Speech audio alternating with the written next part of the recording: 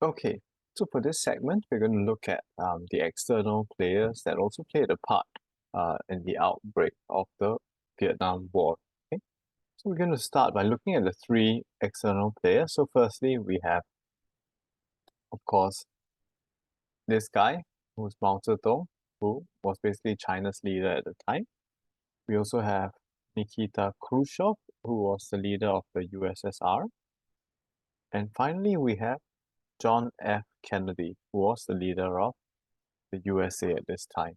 Okay, so please remember these three key figures as we go along.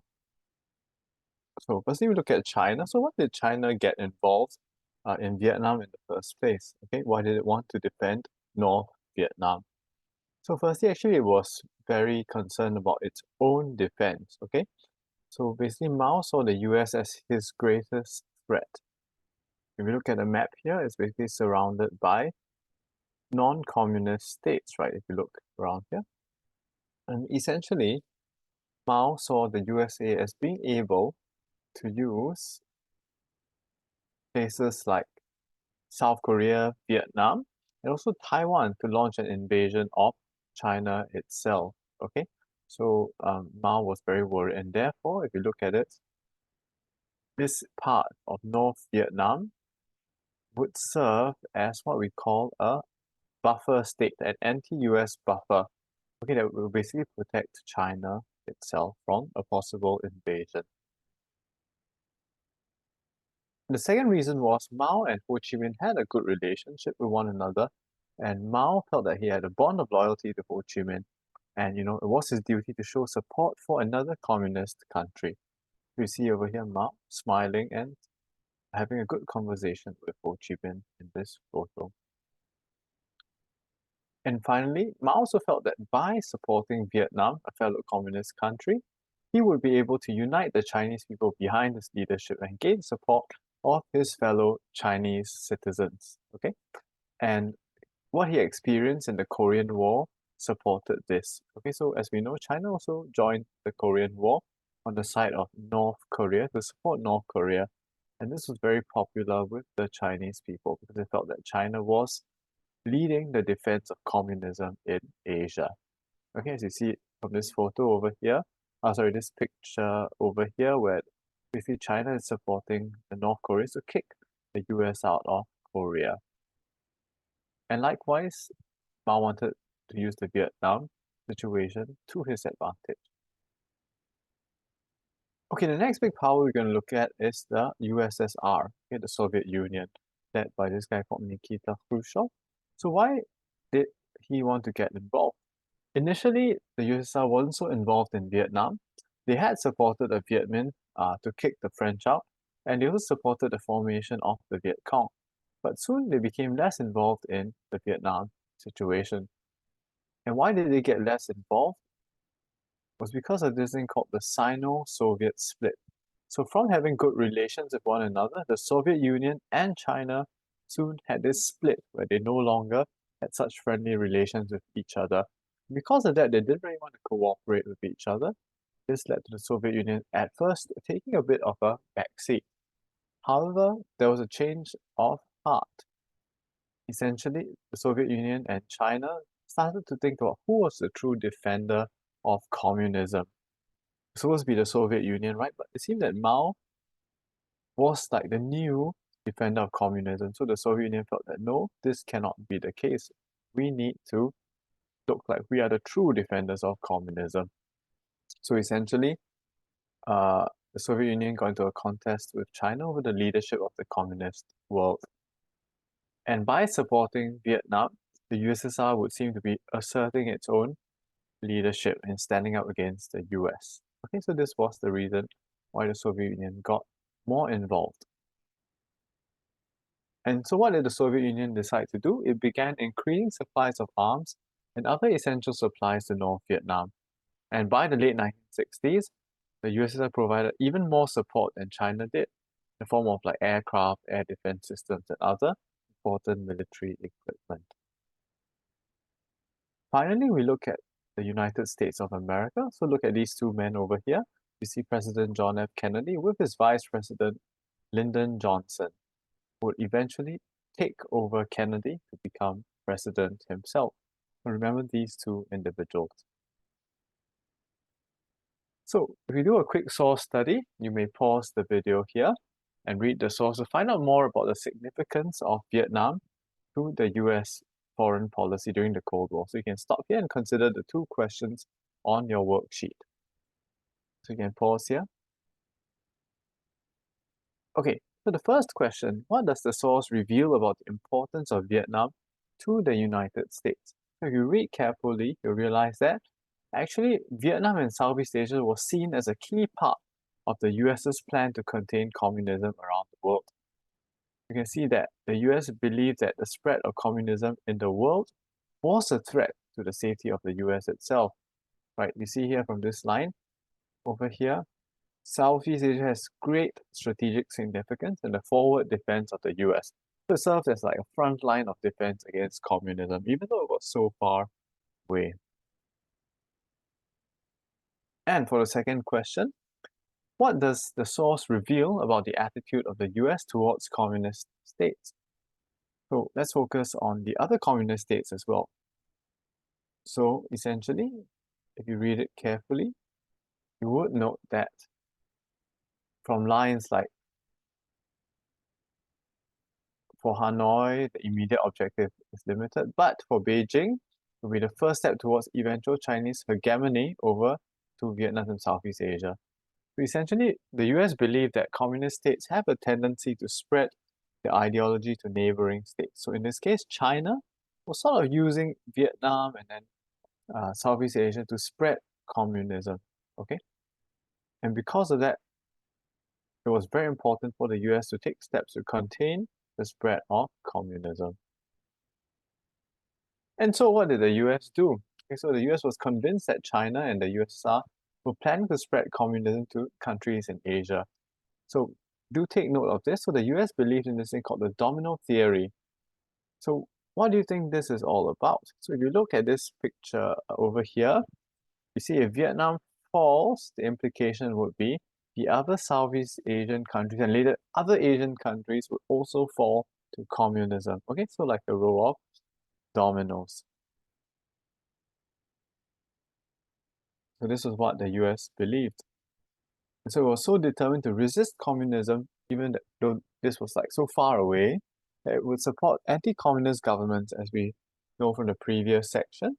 It was a strong supporter of Diem's regime, even though it was quite a corrupt, unpopular regime. But because it was anti-communist, the US would support it.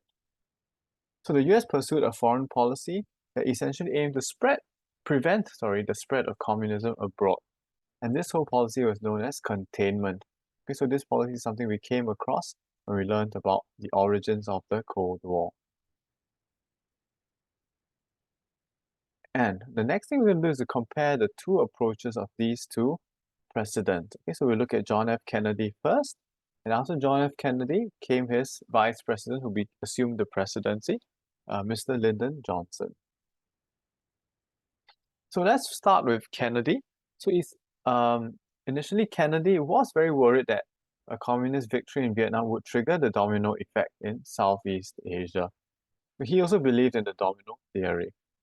But he was more cautious because he did not want the US to blunder into a war. So to make sure that the US was very clear about its aims and how to eventually get out before it got into a war. And so what did JFK do? He sent military advisors, as you can see over here in this photograph, to Vietnam to train the South Vietnamese army, okay? And they also continued to supply military equipment. And as we know, in 1963, John F. Kennedy was assassinated. So he was shot, okay, while in Texas, and he died. So the guy who took over him was Lyndon Baines Johnson. So we call him LBJ in short. So Johnson over here was also initially very keen on avoiding a full-scale military commitment to Vietnam. Okay, but he was still keen on containing the spread of communism. But he was, however, more convinced and prepared than Kennedy to commit the US to a full-scale conflict. But he was more prepared to do so, although he avoided doing so initially. And a few external conditions would influence Johnson's eventual decision, okay, to commit more troops, more military advisors to Vietnam.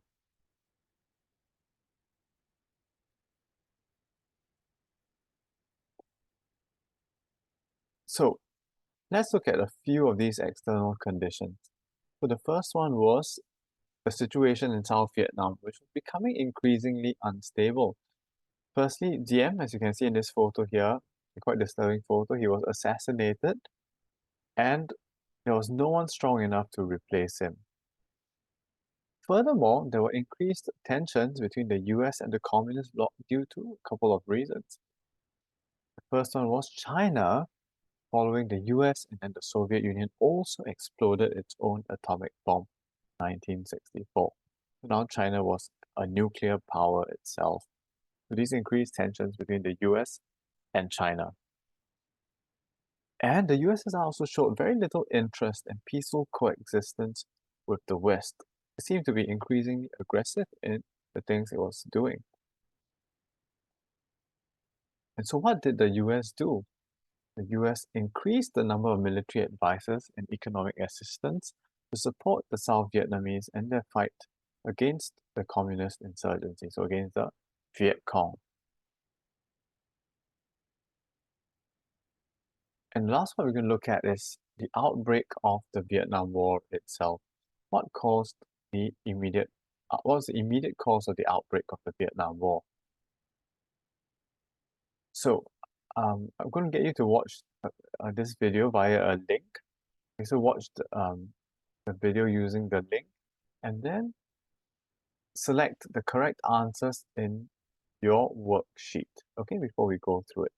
Okay, so pause this video, watch the video that's given in the link, and then try to answer the questions in your worksheet, and later resume this video where we'll go through the answers, okay?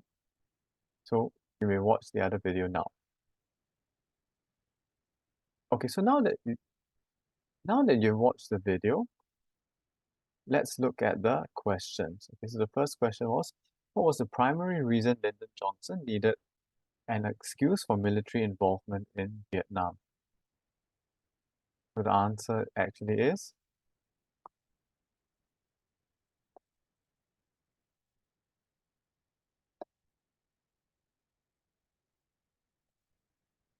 to escalate the fight against communist insurgents. Okay, what's the second answer? Why was Johnson's administration able to use the Gulf of Tonkin incidents to rally support for increased military involvement in Vietnam? It was because many did not question the legitimacy of information from the White House, which is from the president itself. And finally, why did the Gulf of Tonkin resolution allow the president to do in practical terms? It basically allowed the president to take necessary military measures. Okay? And this would then lead to the outbreak of the Vietnam War itself. Okay, so what exactly happened to cause this outbreak?